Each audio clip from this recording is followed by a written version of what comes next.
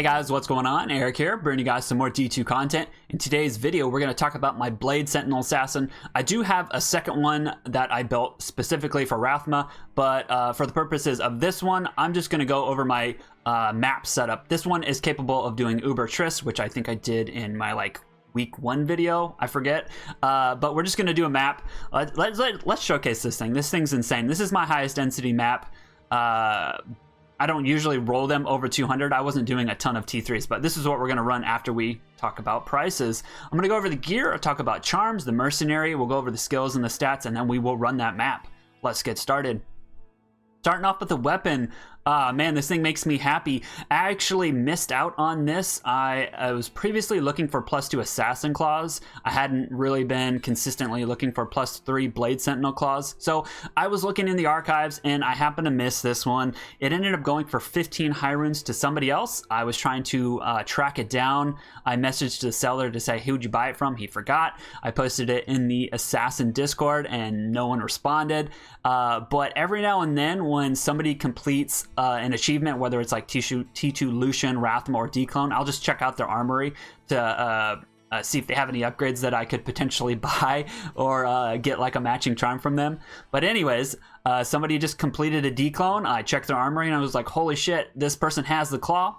I messaged them. I did have a mirror. Mirrors were going for about 80 to 85 high runes at the time, and I paid a 10 high rune fee. He allowed me to get the black version to keep my aesthetic, and it looks pretty sick, so happy with that. The thing about this, which is really nice, is the previous version, the previous claw I had was a Warfist. It didn't have any attack speed, and I think I had to max out burst of speed, and I still only got to 10 frames, 9 being the max. When I switched to this, I saved points because I don't have to put points into Dragonflight. I only need I don't know, 6 or 7 points into burst of speed, and I'm nearly maxed out on my Shadow Master. And I forgot how well Shadow Master actually helped out. So it has been nice switching. If you can get a better base with some attack speed, definitely go for that and save points into your burst of speed. Yes, I have a little bit less faster run walk, but I don't know, having that Shadow Master is really helpful in terms of damage, and then to divert damage coming to you. Moving on to the gloves, I paid 1.5 for these. These are pretty sick, good enough. The crushing blow doesn't matter. We got that deadly strike. We were hitting 50 in conjunction with this. We got 70 deadly strike, 75 being the cap. I bought this early. I got this for 1.25 and slammed attack rating. I wish that attack rating were higher, as well as absorb. If you guys have something closer to perfect, I will buy it. Moving on to the belt, I paid a gold for this. I actually bought a clean 15 DR for a gold and slammed MF on that, but I bought this one and I got 3 more Vitality and 1 more Magic Find. So again, I would like something closer to perfect. Moving on to the second ring, it's matching, so I do more damage. I forget what I paid for this, but because the life leech was low, it wasn't selling for too much. I'd guess 1.5 to 3.0 range, something like that. For the boots, I got these early. I bought these for 2.5. They were expensive at the time, but I knew it was a good investment because these are hard to come by and they're very expensive. I assume the floor on these nowadays is 15 high runes. I hadn't seen anything similar to this, so when this popped up for 14.0, I was content. I think it might have been listed for 15 and I offered 14, or maybe I was just like, all right, I just need to snag it. It's got perfect redemption and ED. I wish the durability was 15 as well, but you know, close enough. I can settle. The armor, I crafted this myself. Super stoked. I think it had 178 base ED, somewhere around there, but it has perfect res, perfect DR, apart from having the perfect DR from the craft. It could have another 20 DR from the base, but I didn't really need that for this particular build. Slam CBF, boxed or pieced for 2 sockets, and then I think the jewels were, it was 9 high runes and 5 high runes, but we got ED, min, max, and FHR, and their matching. It looks super clean. I posted this to the trophy Discord and somebody offered to mirror it. I said I'd do it for a 25 high rune fee, and then they paid that. We got it mirrored. It could be a lot better. Obviously the ED could be so much higher, but this gets the job done and I'm content. Moving on to the helm, I think it has base 98 ED, and then it has perfect res. I ended up paying 30 high runes for the helm, and then similar jewels, again, were matching blue, and I think they were around like 9 and 5 high runes as well. I settled a little bit. It could be better, but the first jewel I bought had 1 dex, and I didn't want that to look super ugly, so I kind of prioritized getting blue with 9 dex, so it looks clean. I got 10 dex. I don't know. I don't have OCD in real life, but on D2 I do. I recently upgraded my amulet. I was running a +4 with like life and faster run walk. We got a +5. I was waiting to see a +5 with like a useful secondary affix, and 10% increased attack speed or attack rating is super helpful. It's kind of crazy how little that does compared to like flat attack rating. You'd think a percentage would be nice, but if this had 100 attack rating, I don't know if that's possible as a base affix on a magic amulet, but it would give so much more attack rating. Moving on to the switch, I bought this for 25 high runes, already boxed, pretty content with that. I bought one for 20 for my Rasmussen, and I boxed for 2 on that as well. We will show that in another video. This thing makes me so happy. I got this for 7.0. I didn't realize till after I had messaged the person that the ED was perfect on it as well. It's got perfect ED and it's not superior. Oh, it looks so clean. I love it. Again, 7.0 is insane. Moving on to the torch, I've seen higher vitality ones. I actually have a 60-19, but this looks so clean. I got this for 4.0. I don't know what it is about making concessions for things that look nicer, even though I could technically get a little bit more res, a little bit more damage, or a little bit more life. I just like it when the affixes look clean and organized. Similar to the Annie, I could get a higher vitality one, but everything looks super clean. I paid 16.0 for this. Moving on to the Grand Charms Unskillers. This season's insane. These are the most expensive skiller charms to date in any season. Typically 45 life skillers in any popular build. Caps around 5 to 7 high runes, peak like late season. But these were going for like 15 upwards. I'm not sure. People have been listing for 20. The highest one I paid for was 14. I'm not sure what you guys have paid for. People will pay more if it's matching, but what I paid for these were, I have a list here where I'm at. I paid 6, 10, 14, 9, and then these ones were like 4, 3.5. The FHRs I got for 2.0, the Geet I got for 1.0, and then similar early season, these started out pretty cheap relative to what they normally were. So I got the first one for 3, and then the price ramped up to 9, 12, and then I think I paid 20 for this. One of these, same graphic and perfect, was listed for 30. I offered 23 on it on the item, and then I think the next day it was archived, so I don't know what somebody paid. Did they pay 30? That'd be insane. I have a ton of high runes, but I didn't know if I wanted to pay 30. But for the 19.5, I paid 2. I got that one pretty early. This one I paid 15 high runes for, and then I think these were each 5, like 5 high runes, 4.5 and 6.5.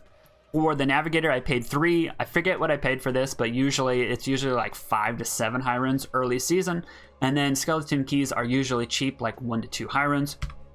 Moving on to the Mercenary, I made this Wrath. We got this perfect 15 ED base, and then we got 45 perfect attack rating. I think you hit max frames just by simply using a demon crossbow because it's a -60 base. So all of the attack speed, it doesn't really matter, but it looks clean. It's pretty cool. And if you aren't using a Templars and you don't need strength from your boots, it already gives CBF, which is really nice. I found these. I got a perfect Pierce Slam on these, which is super nice. I am hitting, where am I at here? Where's my Pierce? I'm hitting 100 Pierce, so we're set there.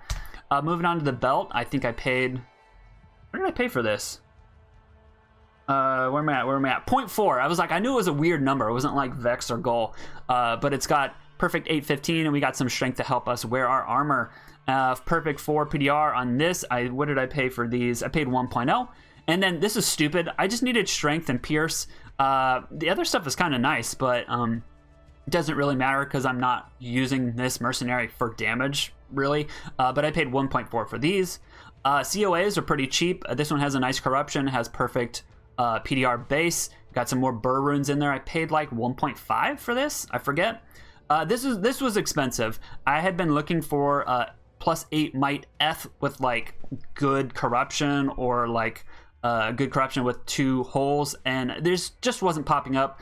I got this late, so it was late stage pricing, so I paid 30 high runs for this, and then the jewels were all like 1.0. It's a 40 ED requirement, 40 ED 6 min, and then 40 ED 6 max. It looks pretty clean. Let's talk about skills. This is a Blade Sentinel, so we'll do Blade Sentinel, max the 2 synergies.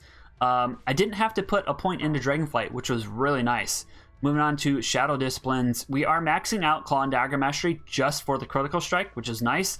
And then it looks like we have 6 points into Burst of Speed, something like that. I'm not dual wield, so we are not putting points into Weapon Block. And then we have 3 from Perfect, or 3 from Max on the Shadow Warrior, which is really nice. If you join the game, you want to join with your swapped, depending on how many skills you have. And then if you want to Battle Order and Battle Command, you could resummon to max him out, which I think I did here before I started doing this tutorial. All right, let's do extended stats. We are... Oh, I'm like, I don't have that much res. We have some stacked res, which is great. We are... Where's our PDR? We have 32 damage reduction, which is great. When I was running a Bartux, we were hitting 86 FHR, but 48 is good enough.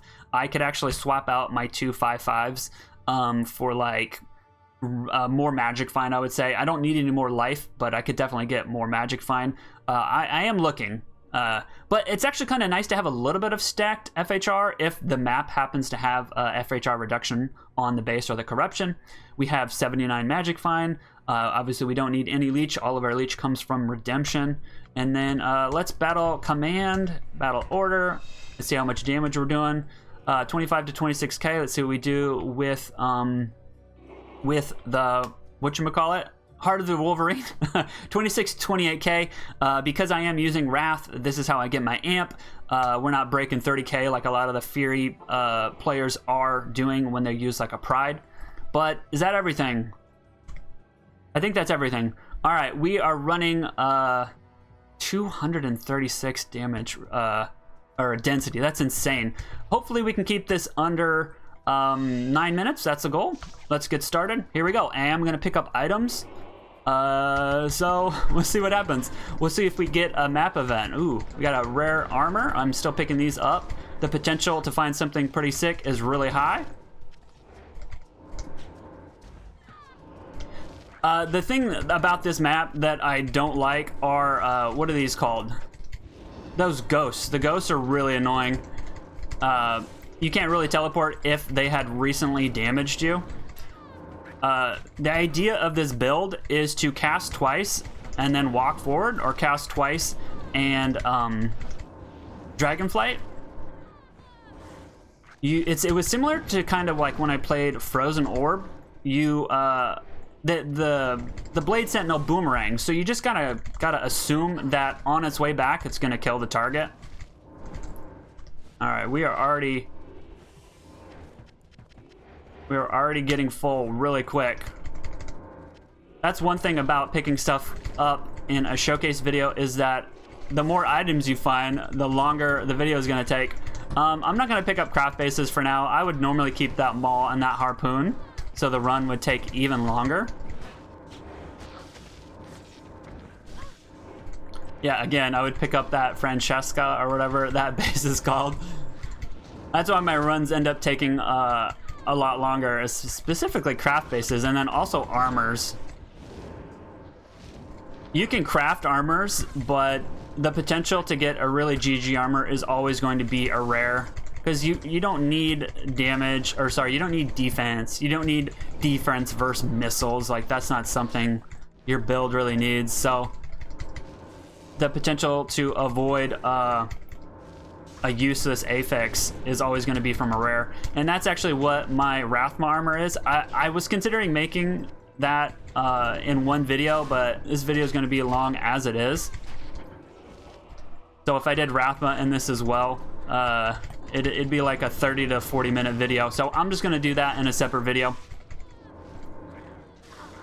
Wow, we are finding a lot of armors. This run is gonna go long.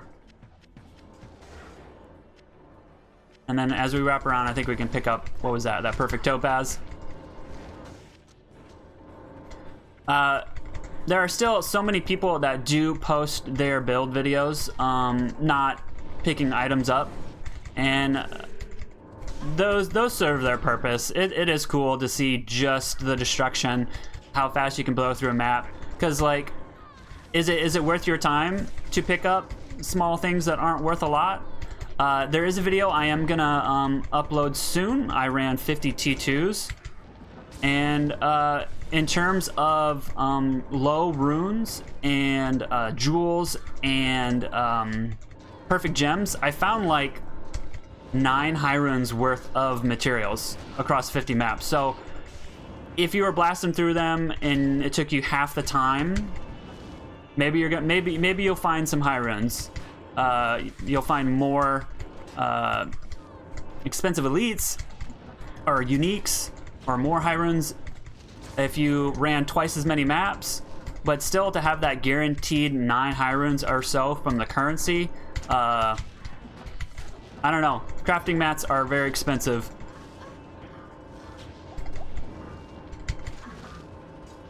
Alright, none of those bases are good. We're still picking these up. I think I have a surplus, obviously, like most people, of T3s. Ooh, what do we got here? Nah. It had potential. We saw the 333. Alright, we BO'd once. Hopefully we can finish this map before we run out of battle orders, and that'll tell us that we had a good clear speed. I didn't really know what to expect with 236 density, though. I was actually surprised when I made this map. Because obviously, it doesn't have any increased life, plus there wasn't a massive increase of rarity. That's usually the thing that kind of holds up maps as well, which it's catch-22. You want the elites because they might drop something better, but then they might take more than a down and back of a thrown Blade Sentinel.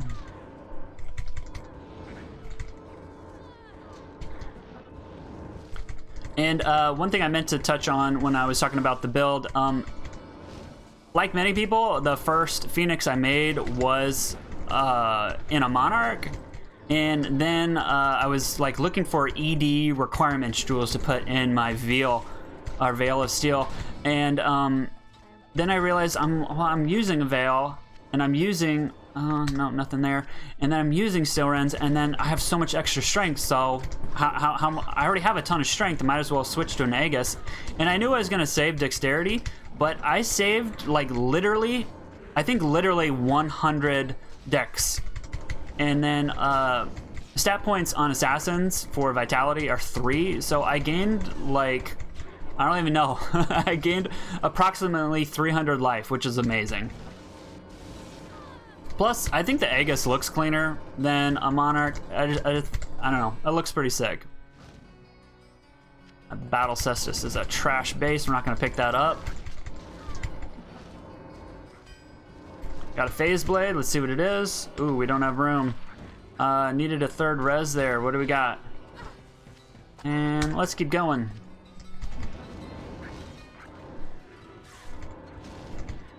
If you guys have any other questions about the build, leave a comment. Like, to get up and running, pretty much you just need a source of amp, I would say. So Reapers on your Mercenary if you're doing Blade Sentinel. And then once you can afford the Phoenix, then Sustain will be a lot more fun. Obviously you can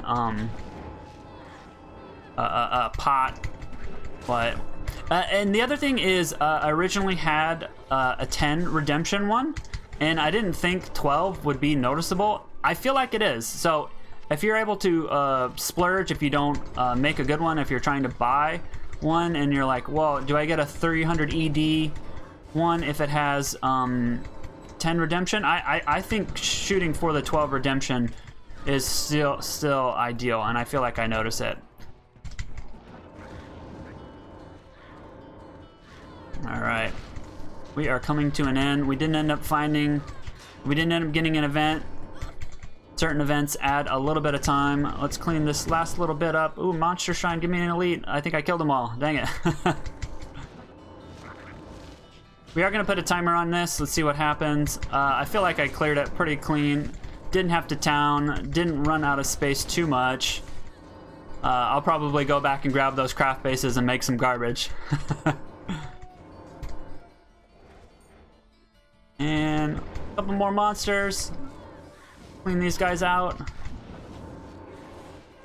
One more elite.